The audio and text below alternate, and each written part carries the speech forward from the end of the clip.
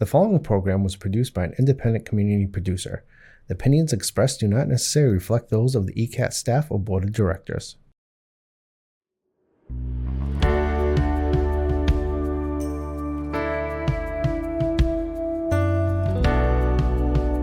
Giving a voice to the voiceless, pulling stories out of the shadows and putting them under the spotlight, making sure that each person is valued and cared for.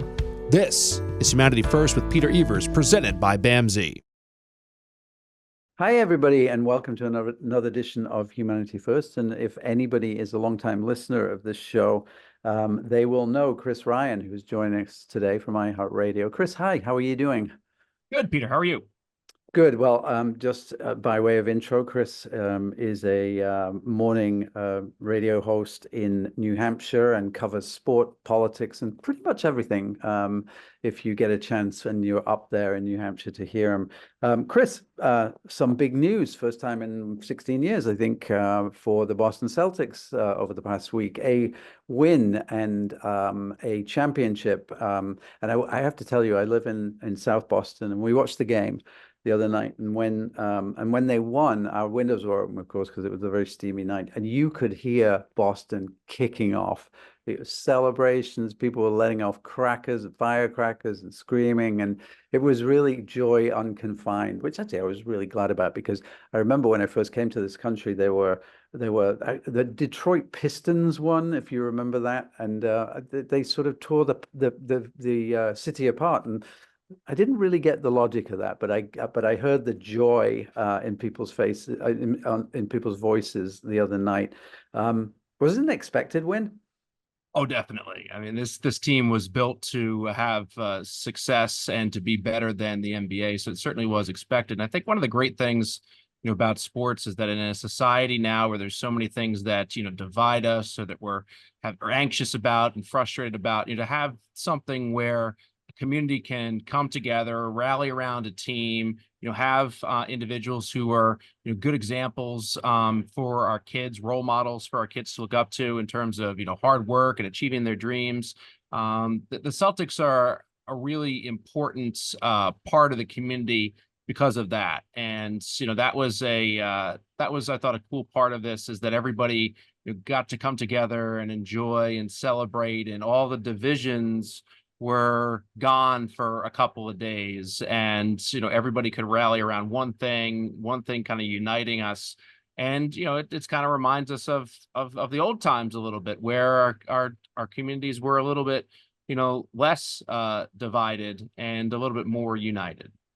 Yeah, I totally agree with you. And what do you think about this thing? I mean, there are some really cool characters on this team, right? That you get to know. And I have to admit, I was a little annoyed when Kyrie Irving was running around at the end of well, actually before the end of the game, hugging all of those Celtics players, and Mazzulla was sort of pushing him off. If you saw that, and I don't Yes. know if people did, it was like, this is our moment, get out.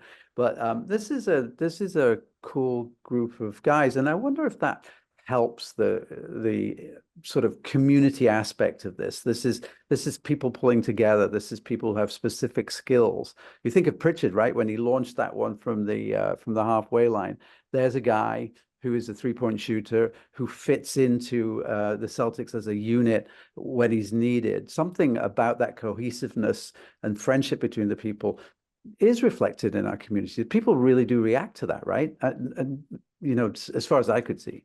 Yeah, and people also want to have something to believe in, and goals that they can aspire to be. And when you look at the Celtics as a whole, you have individuals that have risen from difficult backgrounds, and individuals where there's only one parent in the household, poverty, all of that, and they have managed to write their own story through grit, determination, and skill. And that's one of the great things about sports. And a lot of times people complain about how much money the guys make, and that they're and there's reason for that, to those complaints to be there, when you consider all the hardworking people in communities, essential workers that do jobs that for not a decent wage. And then you have guys who are entertainers and basketball players making millions of dollars. That's an argument to be made. But you also have, on the flip side, the American dream of, if you are determined and set a goal for yourself,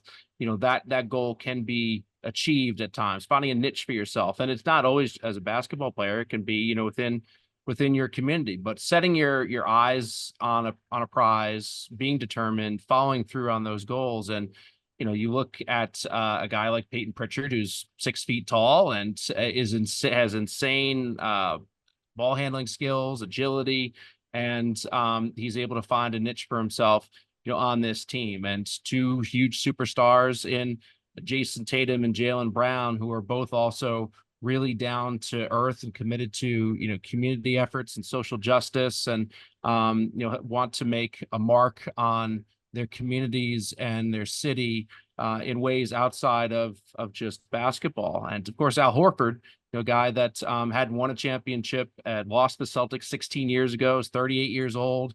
And here he is winning a championship. Amazing stories, all of them. We're going to look at a clip now. Tell us about that. So we'll start with Jaylen Brown, who was the MVP, and his humility in this was pretty cool. In that I didn't expect he was going to win the MVP. He didn't expect he was going to win the MVP. We all thought it was going to be Jason Tatum, and he did. And he was almost taken aback and said, I'm really sharing this with Jason Tatum. And he was really intentional about mentioning Tatum a number of times, and I asked him about that. Jaylen, you're very intentional both now and earlier in making sure that you acknowledged JT. Why is that important to you? And also, you reflected a lot during the playoffs about your journey and what you heard from people, and what does this mean to you in that context as well? Just our growth together. We've been through a lot. We've been playing together for 7 years now. We've been through a lot. The losses, the expectations, the media.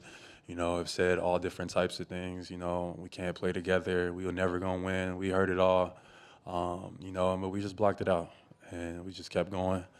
I trusted him. He trusted me, and we did it together. So, to get to this point, and share that experience with JT is just awesome. I can't, it's just amazing, and it feels great. So that's one of the cool things about the team too, Peter, is that the Celtics were a team, right? I mean, they had guys who were stars, but those guys stepped back and said, I don't need to score as much because for the team, it's better if Derek White shoots an open 3-pointer, Jrue Holiday, is in the dump off position down low, the dunker spot, and I just hand him off the ball and he lays it in.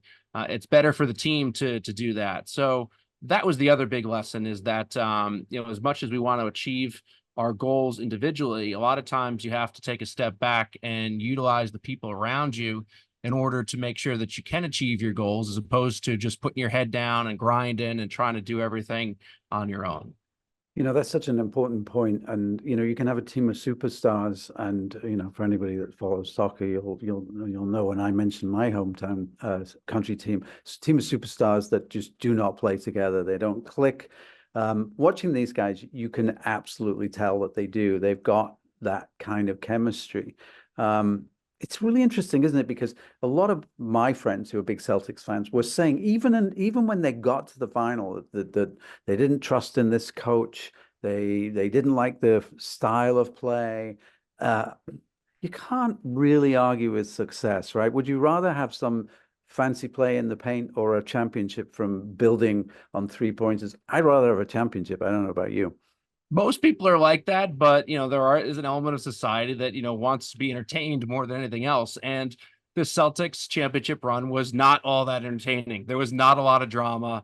There was not a lot of questions as to whether they were going to win. They lost 3 games. They won 16. They had the highest win percentage of any Celtics championship team ever, and their point margin is 6th all time amongst championship teams. At a little over 10 points was their average victory. So they dominated. There was not a lot of drama, and a lot of times people like that. Like even the championship night, there were moments like when Porzingis checked in. We can hear from him in a sec. No one thought he was going to play, and there he was, and he gave 16 minutes and scored 5 points and could not move all that well. Well, I was watching him before the game, and I didn't think he was going to make it. He was jumping on that foot and grimacing. Why don't we have a look at that? Hey, Kristaps, what did it take for you to get out there tonight? What was your desire to do so, and what does this championship mean to you? Yeah. And like from day one when I came in, I just my mindset was I'm gonna give everything to this team and to this city to try to win a championship here, because I knew these guys have already been so close. And yeah, and once I got hurt, it was a heartbreaking moment for me. I didn't even like want to accept the truth. Like, you know, it was kind of like no way it happened, right? But yeah, tonight was the night I was like, listen, I'm gonna give everything I have, and yeah, I'm just super happy to be a part of this and to give something to the team.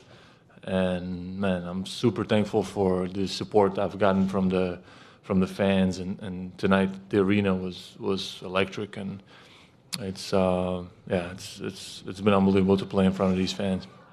So that's Kristaps Porzingis talking about, making it through the game, what it meant to him to win a championship. But I asked him about that at the press conference. So yeah, like he was jumping and he was trying like awkwardly shooting his jump shots so that he wouldn't put pressure on the left foot as much as he normally would. And for the most part, he was like stationary. Like we would go to practice, like the time the media could watch, he just kind of shot from that same spot over and over again. There wasn't any running or moving or anything.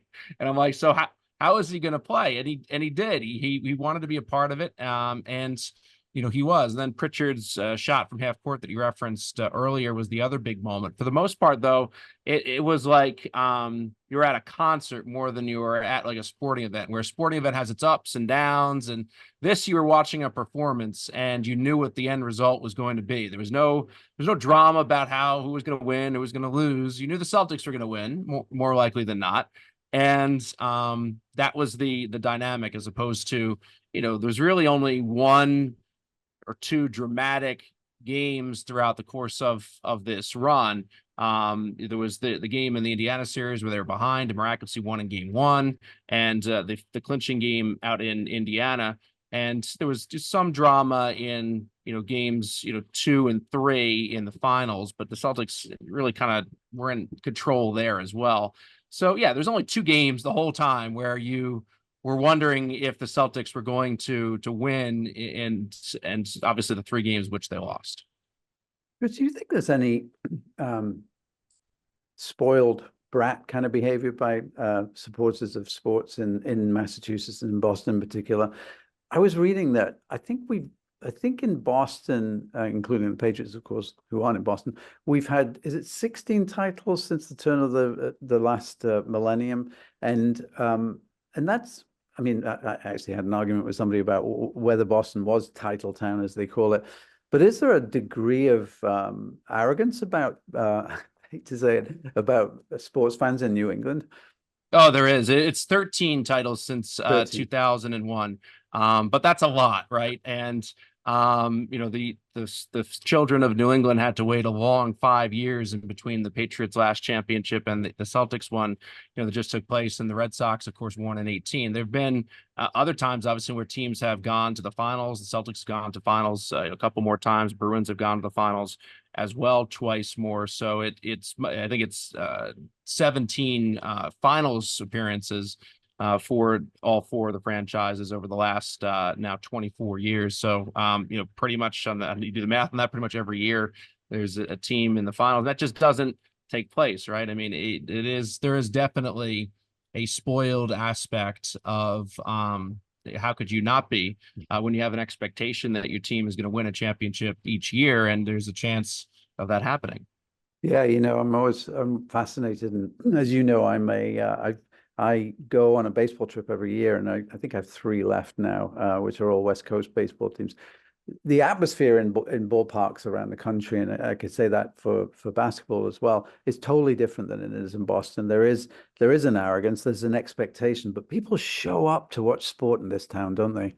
They do, and they're engaged. I went to Dallas for Game 4 in hopes that the Celtics would clinch there. Reporting for iHeart, and they had a hype guy who was basically their in-arena announcer, who has just had to try to beg the fans to cheer in Game 4 of the NBA Finals, begging them to cheer for the Mavs on every single opportunity that he could. Like it was sad, and it was pretty quiet for the most part. There was probably about 25% of the fans there were Celtics fans, who were hoping to see a championship in Game 4, and of course Celtics got blown out by 38 points. But yeah, there is not the atmosphere. There's not the camaraderie that you see in Boston, in other places. There's very few sports towns, and as you know, people from across the world come to witness what it's like to be at these events, whether it's Bruins, Celtics, Patriots, or Red Sox. People come in from across the world to get a feel for what it's like to be a Boston sports fan, and here folks kind of have it in their backyard. Yeah, I will say that the first time I ever saw a baseball game was at Fenway Park in 1986, which I think was the game after Roger Clemens had struck out 20 against Seattle. And I went to an evening game and I fell in love straight away. I mean, it was a night game, the floodlights, the color, the spectacle. There's nowhere like it, if you ask me. We've got one last clip, I believe, right, Chris? Yeah, let's hear from Drew Holiday, who's one of those guys that came over, has a great championship pedigree, a great attitude, and is one of the veteran leaders about how good this Celtics team was. I mentioned earlier their point differential. They won by 10 plus points per game, which is the sixth best in NBA history, and they also had a sixth, which is the best win percentage in Celtics championship history. Here is Drew Holiday. 16-3. This is the highest win percentage a Celtics championship team has ever had, surpassing the '86 team. How impressive was the run? Yeah, I think it was impressive. I feel like what people expected us to do, or even doubted us to do, we did. So shout out to this team, this organization. We did it together, and that was the only way that we could do it was together. Another really humble, really down to earth individual that is very intellectual and honest and open with fans. And his first and foremost goal is to be a part of the community and give back. And that was one of the things about him the most about being traded was he established all these relationships in Milwaukee. Then he's like, I want to start over right away in Boston and build out a foundation and help individuals who are impoverished, focus on literacy amongst children. And all of these guys have missions that are very much in line with what BAMSI's mission is, in helping individuals who are in the shadows, help with financial literacy overall. It's pretty cool. Yeah, I mean, and is that surprising, really, when you think about, I often think about basketball players, and some of them come from well-to-do roots, right? Like Bill Laimbeer, I guess, would be the one that I remember, who came from, I think, money. But this is a scrap. If anybody's ever wants to see a wonderful movie, Basketball Diaries sort of speaks to how difficult it is for young men and women now who come through the obstacles that are against them and some of the responsibilities that they have. Not really that surprising that they're so generous when they make that money that people say is far too much. But I know that many of those people give and give and give. Yeah, there's some folks that kind of have to be pushed or feel like it's good for their image to be involved in charity endeavors, and there's other guys who are very intentional about it. And in fact, Jaylen Brown has gone to the legislator and spoken on issues that are important to him regarding racial equality, I believe equal wages and things of that nature. So to me, these guys are more intentional about it than other players are, who kind of do it as a part of their what they feel they're supposed to do, as opposed to necessarily feeling that they need to do. Yeah, and that's not politics, right? That's charity. That's getting involved in your community. That's loving your community. That's being available. Because those, I used to work for the Humble Little Wanderers, and the Celtics players would regularly come, and one of them was on our advisory board, and they were just open to have conversations with the kids, and they also bought so many gifts with them that was just ridiculous. But just really, some of them really, really good human beings. Well, it matters around here, right, Chris? And it matters much more than it matters anywhere else. And we have been extremely fortunate since February the 7th, 2001, which is when this was all kicked off by the Patriots. Certainly makes your life much more exciting, darting around the country watching the Celtics. I'm sure that was a great deal of fun. Well, hopefully we can come back and have another conversation about yet another banner to be raised for one of our teams. I'm not sure about this year, though. Are you? No, I don't think we're going to see a Red Sox, Patriots, or Bruins banner. But with this team, I feel there's going to be several more championships with this group. They just kind of are at the tip of the iceberg right now. And you look at Tatum and Brown's age. Tatum's 26, Brown's 27. The core of this team has 3 or 4 more years where they could win a couple championships, and then like we saw with Michael Jordan and Tim Duncan. They could build a new supporting cast around Tatum and Brown as they're in their mid 30s, and they could end up with a handful of championships when all is said and done. But for now, we'll just celebrate this one and look ahead with some excitement to what could come in the future years. Great. Chris, as ever, thank you so much, and we'll speak again soon. Take care. Thank you, Peter. Bye, everybody.